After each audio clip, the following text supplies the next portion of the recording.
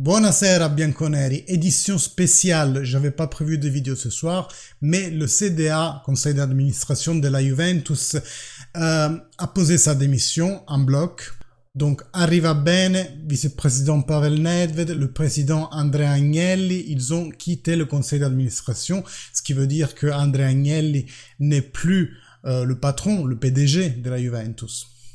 Avant de se lancer dans quelques premières conjectures pour comprendre un peu le pourquoi du comment, pourquoi ça tombe comme ça d'un coup, je vous invite quand même à liker, à commenter. Je ne doute pas que les likes et les commentaires vont être nombreux dans cette vidéo. Si vous venez de découvrir la chaîne, n'hésitez pas à vous abonner. Il y a un bouton en bas de la vidéo. Cliquez aussi sur la cloche, comme ça vous serez mis au courant de toutes les prochaines notifications et il risque d'en avoir assez rapidement. Je ferai peut-être déjà une autre vidéo dans la nuit ou demain matin, ça dépend les autres news qui vont enchaîner. Parce que oui, cet aspect-là, sous cet aspect-là, cette news ne va pas venir tout seul. Ça va tirer en grappe différentes choses à mon avis.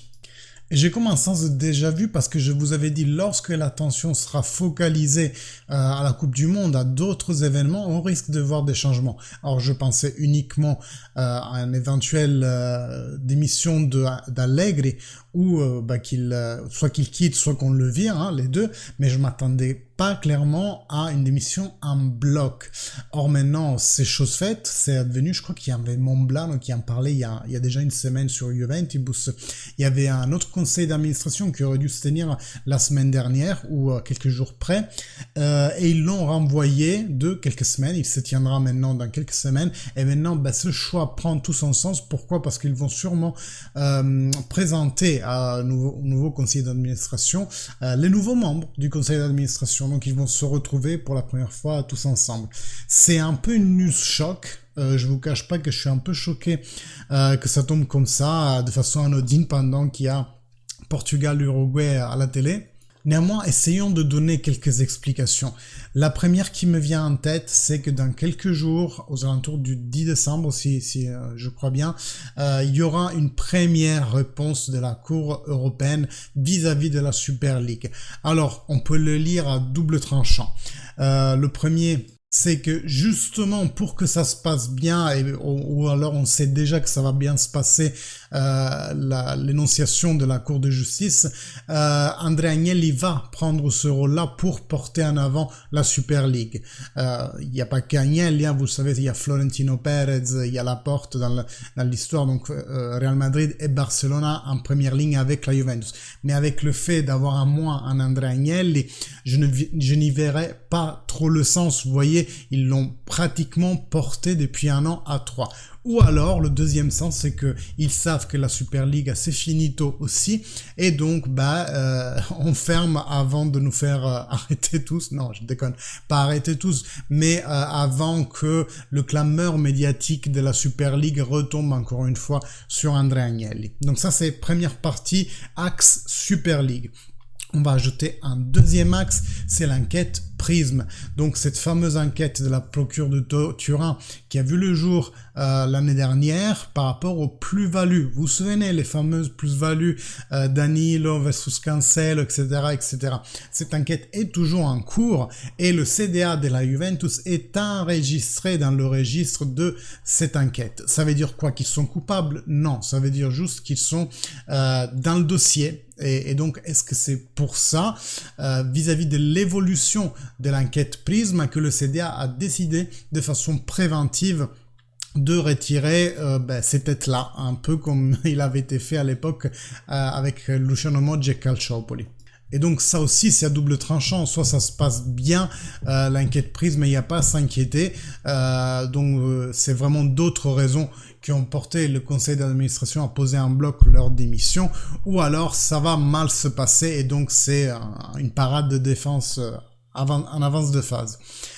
Troisième axe, c'est bien entendu, vous l'aurez compris, les résultats mauvais de cette année. Parce que oui, la Juventus est en chouïa en reprise avec les 6 victoires en championnat, mais ne vous gourrez pas. Le fait d'être sorti de Champions League, de plus qui plus est, désolé, j'arrive pas à parler ce soir, je suis trop dans les nerfs là. Qui plus est, donc en perdant 5 matchs sur 6 en Champions League, c'est une catastrophe. Je l'ai plusieurs fois dit, c'est la Caporetto, la bataille de Caporetto de la Juventus. C'est vraiment une défaite monumentale. Et donc ça n'est pas passé aperçu. Et si vraiment on veut côté propriété Stellantis, etc. Donc les Elkann, quoi. Si on veut changer la donne, on savait très bien que le destin de Massimiliano Allegri était lié à double fil à celui d'Andrea Agnelli.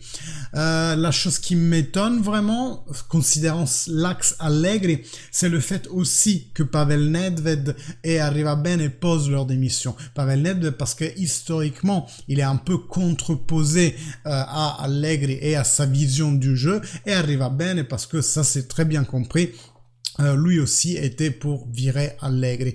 Pas seulement la petite blagounette qu'il a fait aux tifosi, vous vous souvenez, aux caméras, mais ça se voyait dans ses attitudes, et il a plusieurs fois dû se rattraper en conférence de presse parce que ça se voyait vraiment qu'il n'était pas convaincu de ce que la Juventus était en train de donner et qu'il donnait la faute à Allegri. J'apprends, je lis Twitter en même temps que j'ai fait la vidéo, que ça sera Scanavino à être le directeur général à la place de Maurizio Arrivabene. Je le connais pas du tout, vous voyez, même en lisant son nom de famille, ça me disait rien. Quoi vous dire? Moi, je m'attends dans les prochains jours qu'il vire Allegri aussi.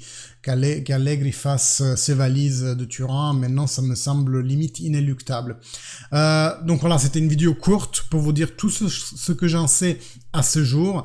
Maintenant, faire des plans pour le futur, c'est compliqué. Je pense qu'effectivement, qui suivra la démission d'Allegri et tout le reste, enfin démission ou limogeage, je ne sais pas comment on dit, d'Allegri dans la foulée. J'en sais pas plus pour l'instant. Je pense que même les journalistes à cette heure-là n'en savent que très peu. Si dans la soirée il y a une vidéo d'Agresti qui nous donne quelque chose de plus, ou alors Luca Monblano va en direct sur Juventus et sait nous en dire quelque chose de plus, je vous fais une autre vidéo dans la soirée, dans la matinée, pour qu'on en discute ensemble. En attendant, like, commentez, j'attends beaucoup de commentaires forcément, et moi j'y répondrai ce soir même. On va discuter ensemble dans les commentaires de cette nouvelle qui tombe comme ça, inattendue. Merci beaucoup pour votre écoute. Fino alla fine, forza Juve. Ciao.